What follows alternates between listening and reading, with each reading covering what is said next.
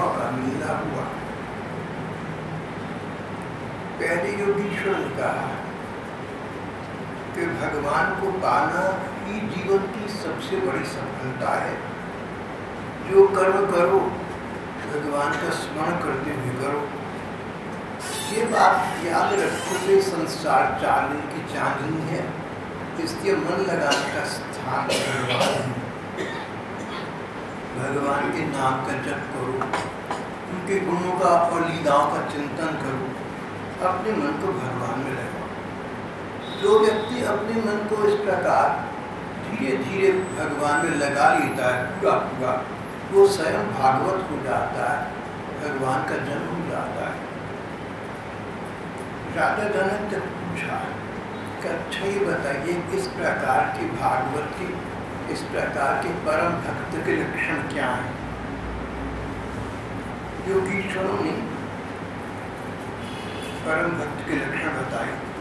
जीव मात्र में भगवत भावना हो, सबके प्रति मित्रता का भाव हो, सबके साथ प्यार का व्यवहार, अपने तन को अपने मन को भगवान में लगा दो, भगवान की स्मृति में तन्मय रहो। इस प्रकार उन्होंने कहा कि अंततः जिस प्रकार गोपिकाएं भगवान कृष्ण के भाव में खोई रहती थी, इस प्रकार तन्मय हो जाना जीवन का परम सुख और चरम सफलता का साधन है।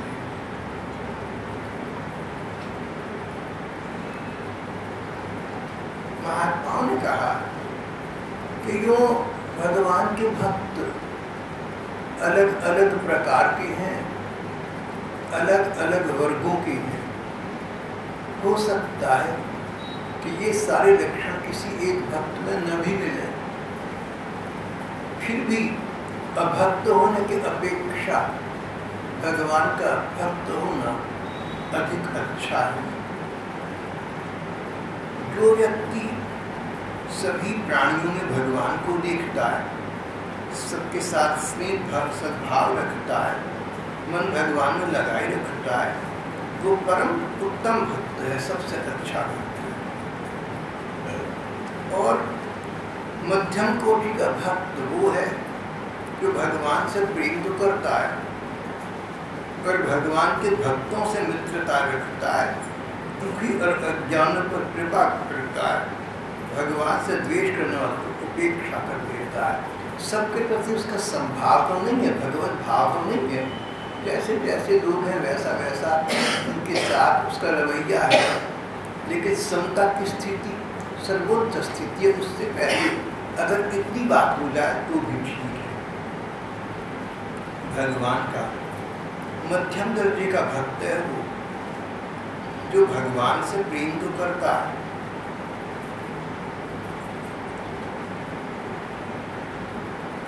भगवान के भक्तों से मित्रता रखता है। जो लोग दुखी हैं, अज्ञानी हैं, उनके प्रति दयालुता का भाव रखता है। जो लोग भगवान को नहीं मानते, भगवान की निंदा करते हैं, भगवान से वैर का भाव रखते हैं, इस प्रकार के लोगों के प्रति उसका हेय भाव नहीं होता। वो उनको अवहेलना की दृष्टि से नहीं देखता, उनकी उपेक्षा कर देता है, उनका तिरस्कार कर देता है, दोबारा कहूँगा उनकी उपेक्षा कर देता है, उनसे वितराग रहता है, उनसे उपराम रहता है। संसार में प्रकार प्रकार के लोग ऐसी भी हैं जो भगवान को नहीं मानते।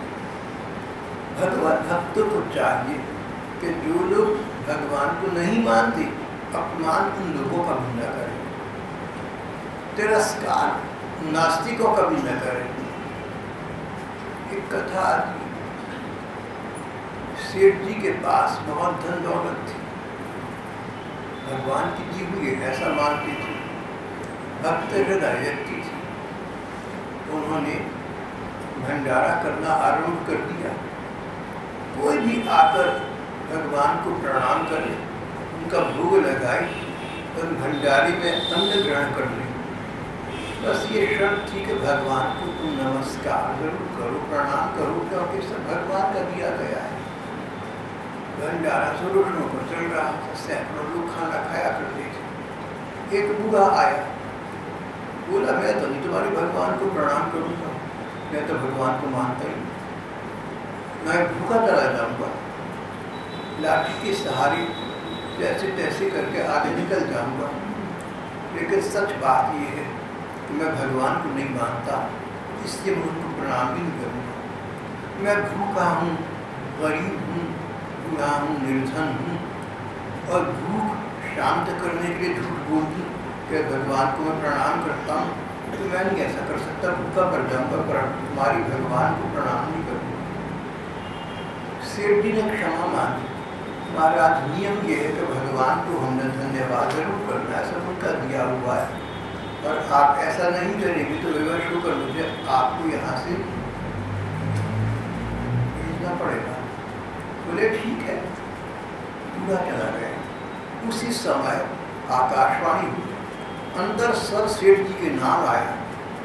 भगवान ने कहा सेठ देख, मैंने इस बूढ़े को 70 बरस खाना दिया है, एक बार ना दे सका, दे दे भैया। मुझे नहीं मानता, न सही, मेरे एक रूप को तो मानता है, सत्य को तो मानता है, भूखा भर जाएगा पर झूठ नहीं बोलेगा। जो वो मानता है, जो वो जानता है वही कहेगा, जो जिसकी जितनी बुद्धि है। सेठ जी तुम उसको खाना खिला। सेठ जी भागे गए, उनको बूढ़े सज्जन को वापस आए, आगे को तुम्हें खाना खिलाया। देखिए, अगर भगवान का भक्त कहीं भगवान की इच्छा के प्रतिकूल चलता हो, उसके भक्ति भाव को देखकर भगवान उचित दिशा प्रदान कर देते हैं। भगवान की दृष्टि में सेठ जी की बात ठीक नहीं थी कि उस बूढ़े को वापस जाने दिया, तो उन्होंने सेठ जी को संदेश दे दिया, आकाशवाणी के माध्यम से दिया, अंतर्वाणी के माध्यम से दिया, अंतरतम का सब सुनाई पड़ा। सेठ जी को बता दिया कि नहीं नहीं, मैंने इस बूढ़े को 70 बरस भोजन दिया है सेठ जी, आप एक दिन नहीं दे सकते, दे दीजिए, क्या हो गया। भगवान के भक्त वही हैं जो लोग भगवान के भक्त उन लोगों का भी आदर रखते हैं जो उनका या उनके भगवान का उनके प्रति मान्यता नहीं रखते, भगवान को नहीं मानते, तो कोई बात ही ना मानो, वो तो तुम करो।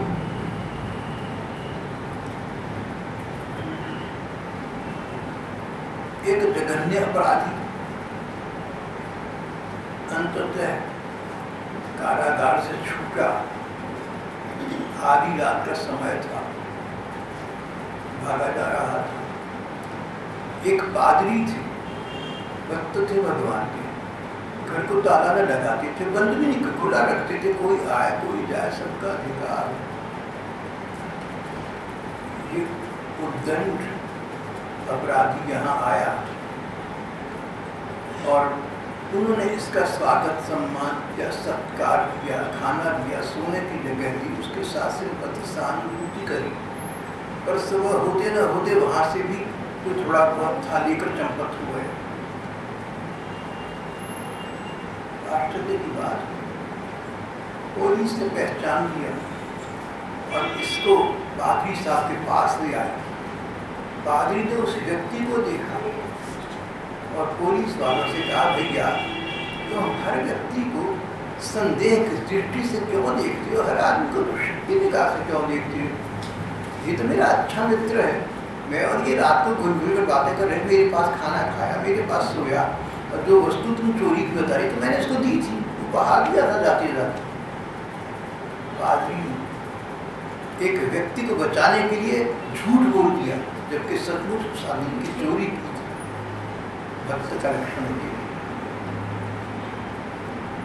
फिर बाद में उसने क्षमा मांगी, बोला कि फादर, मैं तो भगवान को नहीं मानता, I don't believe in God. मुस्कुरा दिए फादर, बोले but God believes in you my son, मेरे बच्चे, तुम तो भगवान को नहीं मानता ना सही, भगवान तो मुझे मानता है ना। उसकी आंखें खुल गई, सुधार आ गया।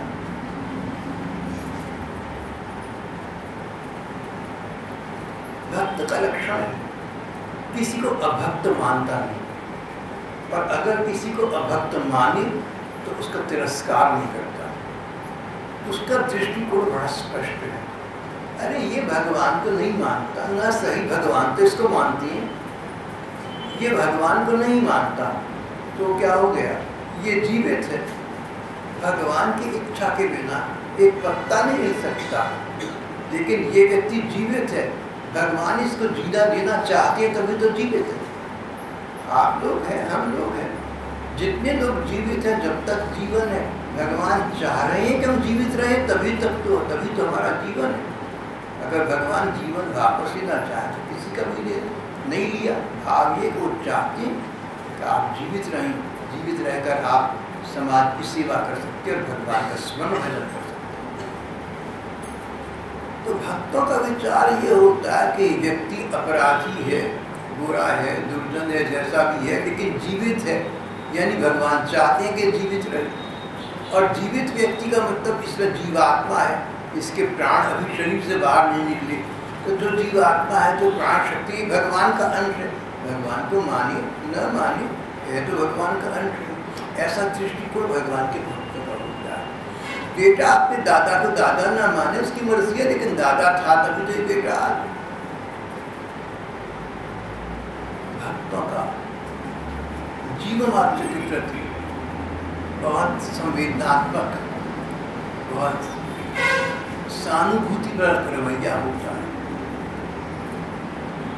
जो व्यक्ति भगवान को मानता है, पूजा करता है, उनमें लगा रहता है, घर में मंदिर बनाया हुआ है, सच्चा है, लेकिन जो भगवान को नहीं मानते उनके प्रति अपेक्षा का भाव, उनके प्रति उपेक्षा का, इंडिफरेंस का भाव रखता है, भक्त तो है, लेकिन उत्तम भक्त वो है जो भगवान के न मानने वालों का भी आदर प्रेम से दिल जीते। भगवान से प्रेम करता है, भक्तों से मित्रता करता है, अज्ञानियों पर भी कृपा करता है, भगवान से द्वेष करने वालों को उपेक्षा करता है। ये मध्यम कोटि का भक्त है, उत्तम कोटि का नहीं कहना सकता। सर्वोत्तम पक्ष तो उस भक्त का है जो बैरी का, भगवान को न मानने वाले का, नास्तिक का भी आदर करे, ये सोचकर के जीवात्मा तो इसमें भी है, प्राण शक्ति तो इसमें भी है, कभी समझ जाएगा, कोई बात नहीं।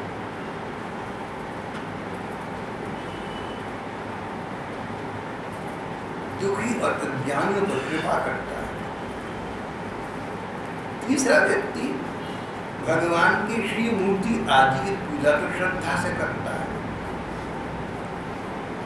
लेकिन भगवान के भक्तों की न तक भक्तेषु चान्येषु सभक्त प्राकृत स्मृत, भगवान के भक्तों या दूसरे लोगों की विशेष सेवा शुश्रूषा नहीं करता, वह साधारण श्रेणी का भक्त, बहुत साधारण भक्त।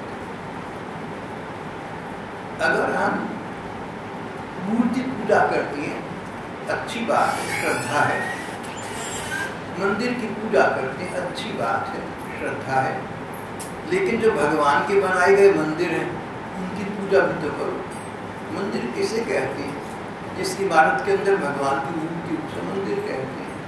हर इंसान के अंदर भगवान का अंश है, जीवात्मा के रूप में हर व्यक्ति के अंदर परमात्मा का ही अंश है, इसलिए वो जीवात्मा कहलाता है। व्यक्ति मात्र में जीवात्मा है, परमात्मा का अंश है, व्यक्ति मात्र भगवान का मंदिर है। चाहे वो अपने को नास्तिक कहे, चाहे अपने को आस्तिक कहे, सब जीव भगवान का मंदिर है। अब भगवान के बनाए कर हम लाखों अरबों मंदिरों की तो अवहेलना करें और मूर्ति में स्थापित भगवान की पूजा करते फिरें, तो ऐसा भक्त उत्तम कोटि का भक्त है। उत्तम कोटि का भक्त वो है जो मूर्ति में भगवान को मानता है और जीव मात्र में भगवान को मानता है, भले ही कोई जीव भगवान को न मानता उसका भी आदर सम्मान करता है।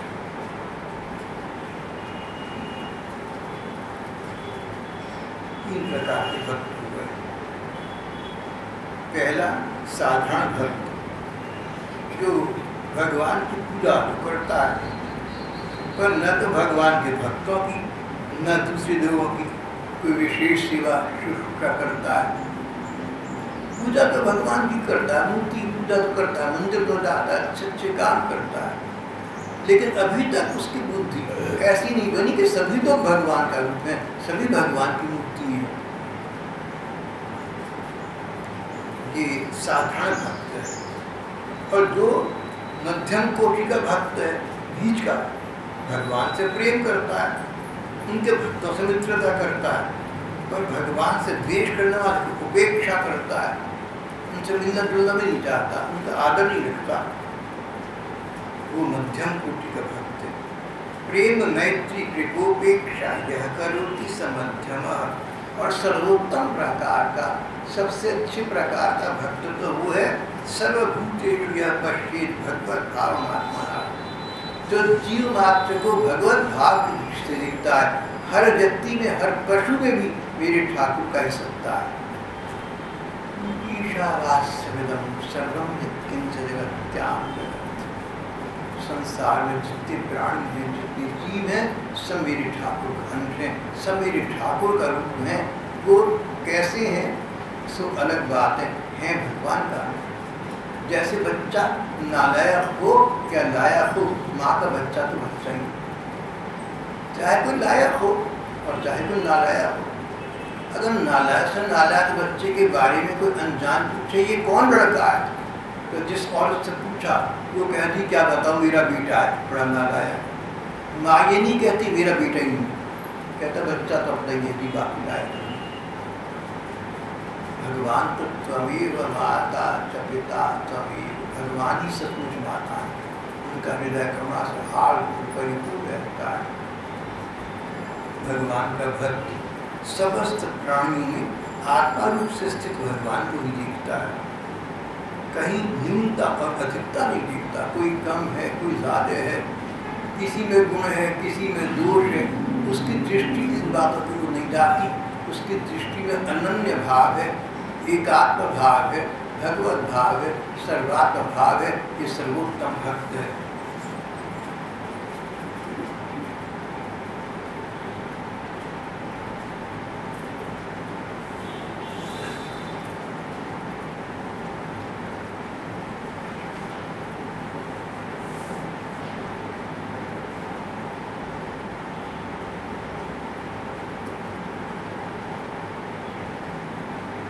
सर्वोत्तम भक्त तो वही है जो शांत रहता है, किसी घटना से विक्षिप्त नहीं होता, भगवान का स्मरण नहीं छोड़ता, भले उसे संसार का साम्राज्य छोड़ना पड़ता है। भगवान का स्मरण नहीं छोड़ता, सारे संसार का राज्य उसे मिल जाए, उसके स्थान पर वो भगवान के स्मरण को अधिक स्थान देता है। संसार के राज्य की तो बात क्या, अगर मुक्ति या मोक्ष मिलते हो, उनको भी छोड़कर भगवान मिलता हो तो उनको छोड़ देगा भगवान भी लगा नहीं। भगवत सत्ता को स्वीकार करने वाला, भगवत स्मरण को महत्व देने वाला व्यक्ति, जिसकी भगवत स्मृति का तार कभी टूटता नहीं, वही वैष्णव भक्तों में अग्रगण्य है, वही सबसे श्रेष्ठ है। रास लीला के अवसर पर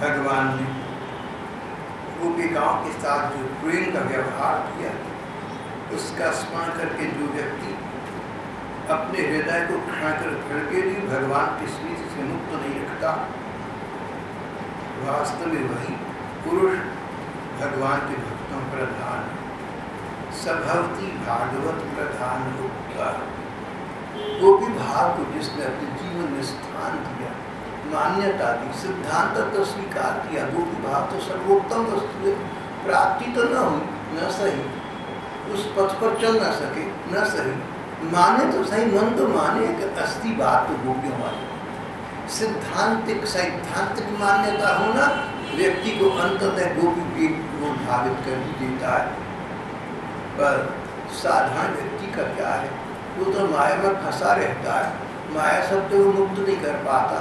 ऐसा व्यक्ति जो माया में फंसा रहता है, भला भगवान की ओर पग क्या धरेगा, भला गोपी भाव की क्या बात करेगा।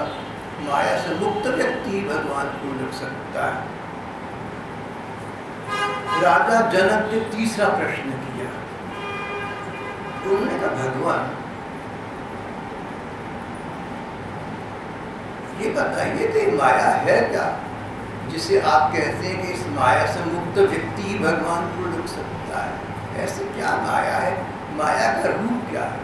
माया शब्द सब जगह बहुत स्थापित है, बहुत सुनते हैं हम, लेकिन भगवान मैं ये जानना चाहता हूँ कि इस माया को हम किस रूप में देखते हैं, इसका दृष्टि रूप क्या है, वो बता दीजिए। तीसरे योगीश्वर ने कहा कि भगवान की माया का रूप, भैया सच बात तो ये सारा संसार ही माया है, ये सारी सृष्टि माया है। ये जो मनुष्य का शरीर है इसको मैं मानना ये माया है, जानते हैं कि टूट जाएगा, लेकिन शरीर को मैं मान, शरीर में अहंकार होना, अहंता ममता होना, ये सबसे बड़ी माया है।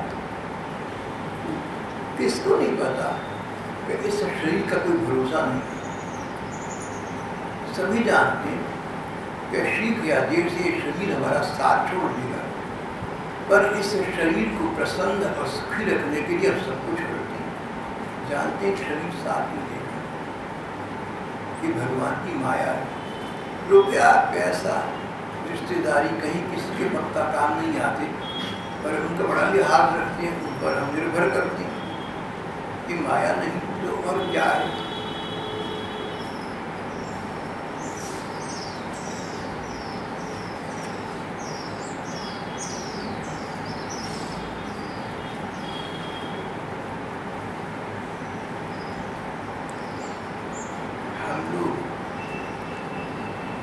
जो है तत्व सत्य परमात्मा, उसको भुलाकर, उसको भूलकर जो नहीं है उसमें लगे रहते। माँ या माँ नहीं या जो नहीं है, सांसारिक संबंध, धन संपत्ति का महत्व, शरीर की महत्ता, जो चीज़ें महत्वपूर्ण नहीं है उन्हें महत्व देना, और जिनका महत्व है परमात्मा उन्हें महत्व न देना, यही माया है। माया शब्द का अर्थ ही है जो नहीं है उसके पीछे पागल है, और जो है चारों ओर है, दसों दिशाओं में है, अपने अंदर है, भगवान का प्रकाश, उसकी ओर ध्यान नहीं देते। दृश्य जगत तक हम सीमित रह जाते हैं, भौतिक जगत तक हम सीमित रह जाते हैं। महात्मा कहते हैं तुम अध्यात्म का आश्रय लो, भौतिकता तक सीमित मत रहो। दृश्य जगत से परे भी कोई जगत है उसका विचार करो, दृश्य जगत तक सीमित न रहो। तुम शरीर मात्र नहीं हो, तुम आत्म तत्व हो। शरीर तो एक दिन समाप्त हो जाएगा, आत्म तत्व बना रहेगा। तुम आत्मा हो, तुम जीवात्मा हो, तुम परमात्मा का अंश हो। अपने आप को सत्य स्वरूप में स्थित कर दो, तभी तुम्हें शाश्वत शांति की प्राप्ति होगी। और नहीं तो इस संसार में लगे रहे, शरीर में लगे रहे, रुपया पैसा कमाने में लगे रहे, सांसारिक संबंधियों में लगे रहे, ये सब तो माया है। एक दिन साथ छोड़ने के तुम्हारा काम तुम्हारी माया है। कष्ट काल में, मृत्यु के समय, परलोक में ये सब माया काम नहीं आएगी, भगवान काम आएंगे। अभी से उनका स्मरण करना उचित है।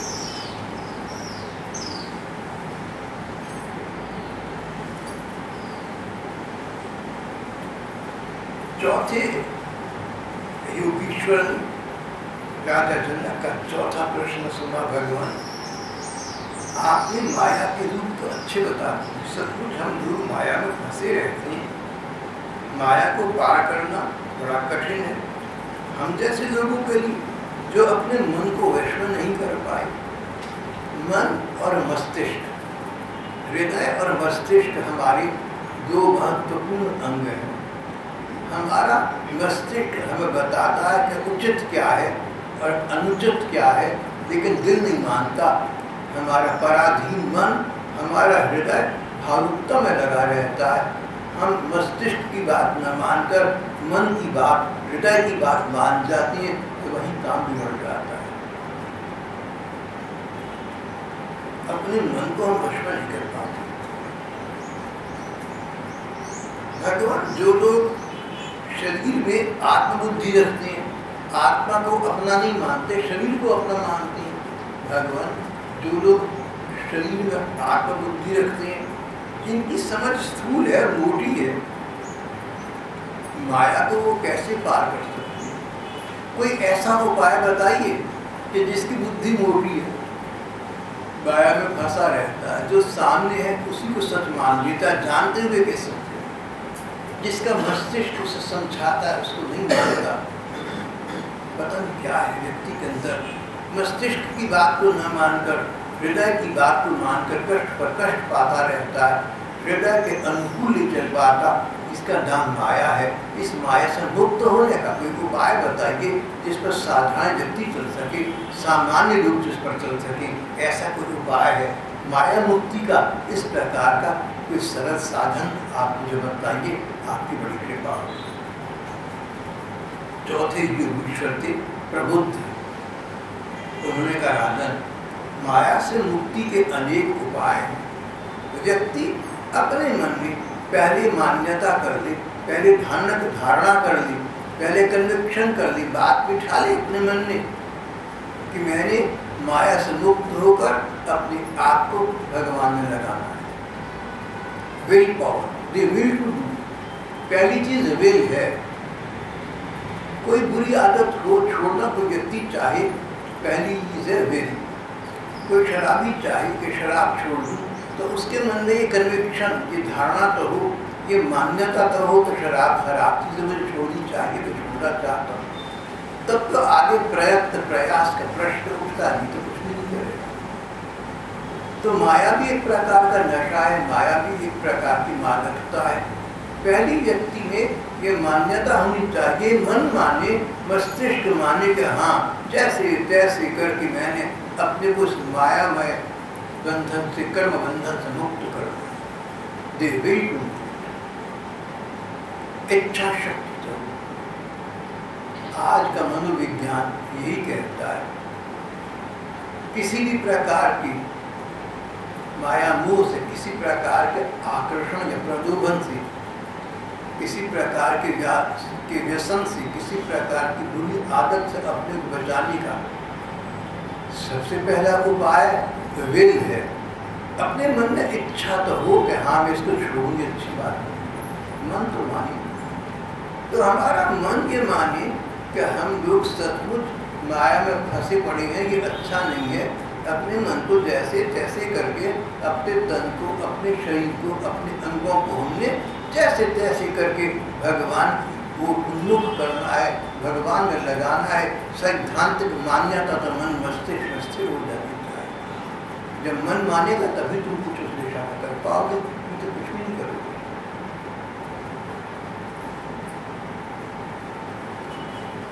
साधारण मनुष्य अपने परिवार और इष्ट मित्रों आदि के बंधन में बंधा रहता है। पति पत्नी, बच्चे, माता पिता, मित्र, साधारण व्यक्ति इन बंधनों में बंधा रहता है।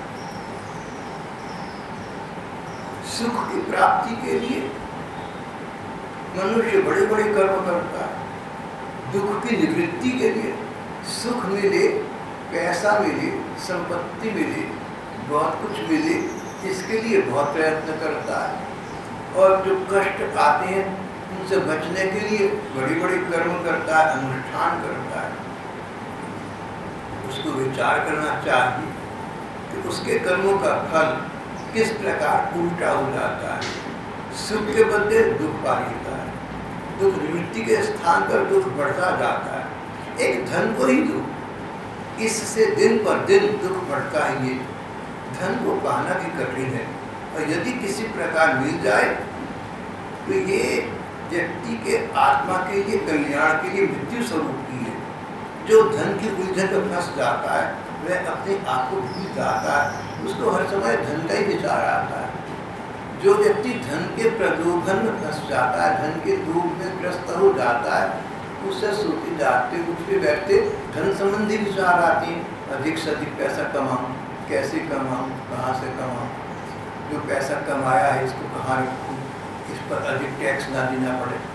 कईयों को मैंने देखा अपने लोग बच्चों से पैसा छिपाती, मैंने ऐसे लोग देखे। अपनी पत्नी से पैसा छिपाते हैं। क्यों छिपाते हैं तो वो जाने, लेकिन ऐसे लोग मैंने देखे। तो पैसा का लालच जिस पर जाग गया, पैसे का प्रलोभन जिसमें जाग गया, उसके लिए न पत्नी, न बच्चे, न माता पिता, न इष्टा मित्र, पैसा सब कुछ हो गया। पुरानी दादी माएँ कहा करती थी, बाप बड़ा ना भैया, सबसे बड़ा रुपया। कुछ ऐसी सी बात हो गई। हमारे बड़े प्रसिद्ध कवि रहे हैं हरिवंश राय बच्चन, उन्होंने एक स्थान पर कहा, अंग्रेजी की कहावत है, मित्र वो जो जरूरत में काम आए। A friend in need is a friend in deed. उन्होंने कहा सच बात ये, अब तो उल्टा हो गया है। ए फ्रेंड इन डीड, सच्चा मित्र वही है। ए फ्रेंड इन डीड, सचमुच मित्र तो आपका वो है, आपका सदा साथ देगा। ए फ्रेंड इन नीड, जिसको आपकी पैसे की आवश्यकता है वो आपको मित्र बना है। जिसको आपके पैसे की आवश्यकता है, जिसको आपकी सहायता की आवश्यकता है, जिसको आपकी सेवा की आवश्यकता है, वो तो आपके साथ मित्रता निभाता रहेगा, नहीं तो नहीं। बात तो एक कटाक्षात्मक व्यंग्यात्मक है, बहुत बढ़िया बात तो नहीं है, पर इतिहास में या वर्तमान जगत में एक कड़वा सत्य लगभग सभी स्थानों पर ही पाया जाता है। जहाँ नहीं पाया जाता वो दुर्लभ महापुरुष ऐसे भी संसार में।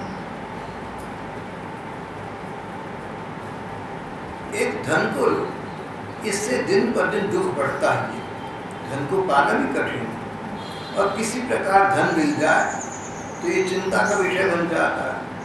जो व्यक्ति धन की चिंता में पड़ जाता है अपने आप को भूल जाता है, बस धन का ही चिंता करता रहता है, कैसे कमा लिया, छिपा कैसे कहाँ रखूं, कैसे धन से दुगना चौगुना होता जाए। सेठ जी को फिक्र थी, एक एक पे 10-10 कीजिए, मौत आप पहुंची कि हजरत जान वापस कीजिए। ये तो संसार की स्थिति है, मायाग्रस्त व्यक्ति की ये स्थिति है। साधारण व्यक्ति का मन इस प्रकार काम करता है, इस प्रकार व्यक्ति अपना अकल्याण कर लेता है। जो इस पैसे के उलझन में फंस जाता है वह अपनी आप को भूल जाता है। तो यहाँ पर भाव कहने का ये नहीं है कि पैसा बुरी चीज़ है, जितना पैसा चाहिए अपने सुख चैन के लिए वो ठीक है। अधिक की कामना, दूसरों को देखकर काम ना करना, अनावश्यक वस्तुओं की इच्छा को लेकर काम ना करना, ये ठीक है। पैसा बुरा नहीं है, पैसे का प्रयोग अच्छा बुरा बनाता है। पैसा कैसे का बात नहीं, पैसे का क्या प्रयोग करते हो ये व्यक्ति को अच्छा या बुरा बनाता है। बड़े बड़े ऐसे पैसे वाले हुए जिनकी भगवान ने रक्षा की, जैसे राजा अम्बरीश, और बड़े बड़े निर्धन हुए जो नियत के लेख नहीं थे, भगवान ने उनके साथ नहीं दिया, जैसे दुर्वासा। ऐसा होना न होना महत्वपूर्ण सांसारिक व्यक्ति के लिए, मायाग्रस्त व्यक्ति के लिए, व्यक्ति को चाहिए कि इतना पैसा कमाए जितने में खुद भी भूखा न रहे, साधु तो भूखा जाए। साईं इतना दीजिए जामे कुटुंब समाए, भगवान इतना दौलत दे दे जामे कुटुंब समाए, घर का काम चलता है। मैं भी भूखा ना रहूं, साधु तो भूखा जाए, तो घर में मेहमान आ जाए तो वो भूखे ना जाए, अपना भी काम चला और लेकिन धन में तृष्णा पूरी, लोभ में लाभात लोभ भी जायते, लोभ में तृष्णा की वृत्ति है। तो एक बार पुराने एक अंग्रेज चिंतक ने कहा कि अगर एक व्यक्ति के पास जो कुछ उसने कमाया सब छीन लो तो भी उसके पास एक हीरा तो बाकी रह गया। एक व्यक्ति जो कुछ कमाया सब कुछ छीन लो मगर एक हीरा ऐसा है जिसके तुम उसको वंचित नहीं कर सकते, वो है लोभ की वृत्ति। जैसे सब कुछ छीन लिया, ले लिया, अब फिर कमाने और लालच करने लगा और बढ़े।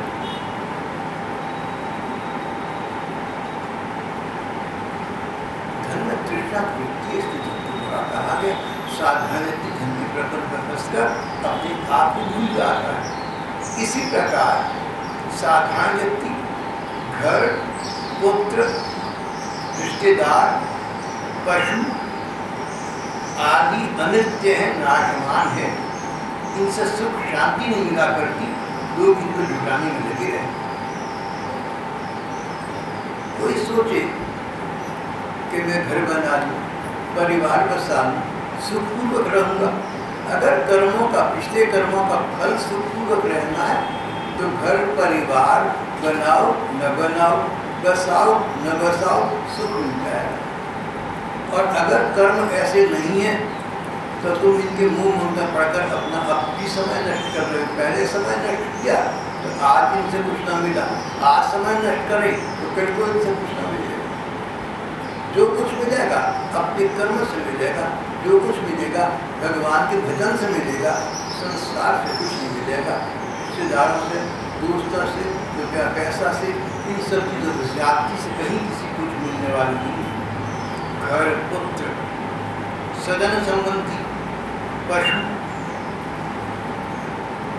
और आजकल के वाहन, मोटर गाड़ी वगैरह, यदि कोई इन्हें जुटा भी ले तो इनसे सदा के लिए सुख शांति नहीं मिल सकती। इन चीज़ों सुख तो कदाचित मिल जाए, सुख शरीर को आराम तो भले मिल जाए, शांति नहीं मिलती, मन को चैन नहीं मिलता। ऐसे ऐसे राजा रईस मैंने देखे जो मुझे मिले, जिन्होंने कहा चैन, इसका कोई उपाय बता। अरे तुम्हारे पास पैसा पैसा का सुख है, धन दौलत है, मेरे से उपाय कुछ इसका धेरा भी नहीं। अजीब बात, मेरे पास धेरा नहीं। आपको पता है इस बात का, मेरे पास कोई धेर दबड़ी नहीं है, एक नया पैसा भी नहीं है। अगर आप मुझे यहाँ से बाहर निकाल कर सड़क पर खड़ा कर दें, मेरे पास रात को सोने के लिए जगह नहीं है, मेरे पास कोई कपड़े नहीं है, कोई ईंट नहीं है, कोई एक बैंक अकाउंट नहीं है, कहीं मेरे नाम पर कोई एक पैसा जमा नहीं है, किसी पोस्ट ऑफिस में ना जमीन के नीचे।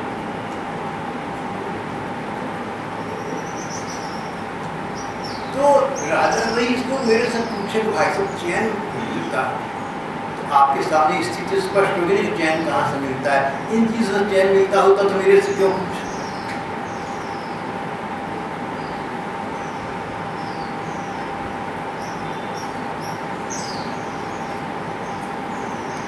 एक कहीं पर मैंने पढ़ा था, संत वाणी में एक वाक्य आता है, पैसे से कोई आदमी गद्दे तकिए तो खरीद सकता है लेकिन नींद नहीं। पैसे से कोई आदमी शराब खाने तो खरीद सकता है लेकिन आत्मा नहीं। यहाँ पर अमेरिका की पहली कार निर्माता फोर्ड की स्मृति आ जाती है। फोर्ड जिन्होंने अमेरिका की पहली फोर्ड कार निकाली, अरबपति आदमी था उस जमाने का। मैंने पढ़ा है कहीं, फोर्ड ने कहा था कि समंदर के किनारे जितने रेते के कण हैं वो उतना पैसा मैं दूंगा उस आदमी को जो मुझे खाना हजम करने की दवा देगी। डबल रोटी का टोस्ट नहीं हजम कर पाती थी।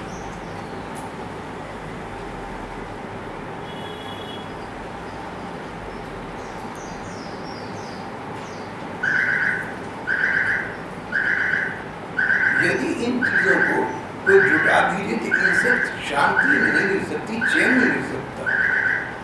ऐसे व्यक्ति को समझना चाहिए कि मरने के बाद प्राप्त होने वाले लोक परलोक स्वर्ग आदि भी इसी प्रकार नाशवान है। माया मुक्ति का, दुनिया के झमेले से बचने का, भगवान में मन लगाने का पहला उपाय, तुम उतनी चीज़ें पास रखो, उतनी चीज़ों के लिए कोशिश करो जो जरूरी है। प्राण रक्षा के लिए अनिवार्य है, उतना पास रखो, उतना कमाओ, पास रखो। पैसा, घर परिवार के लोग, जो भी चीज़ें चाहिए प्राण रक्षा के लिए चाहिए, शरीर को सुचारू रूप से चलाने के लिए चाहिए, स्वास्थ्य संपन्न रहने के लिए चाहिए, उन तक अर्जन करना और संचय करना, कमाना और पास रखना कोई बुराई नहीं।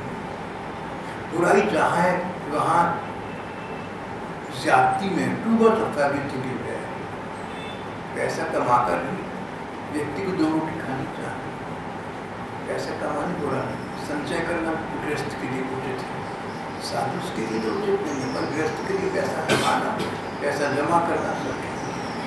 लेकिन उसके पीछे इतना पागल हो जाना कि भाई भाई का भाई न रहे, पिता पुत्र का नाता बर्बाद हो जाए, इतना पैसा कोई व्यक्ति छोड़ जाए जो बाद वाले दुरुपयोग करें, तो हमारी शास्त्र कहते हैं अगर कोई व्यक्ति पाप करता है, पाप करने का मौका तुमने उसे दिया है तो उस पाप का फल तुम्हें भोगना होगा। अगर एक व्यक्ति इतना पैसा अपनी बात छोड़ गया जो उसके बच्चों ने दुरुपयोग किया, तो पैसे के दुरुपयोग का जो पाप है इसका दंड छोड़ने वाले को भी भुगतना पड़ेगा। भैया अपने सामने सामने सत्कृत्य में लगाता हूँ।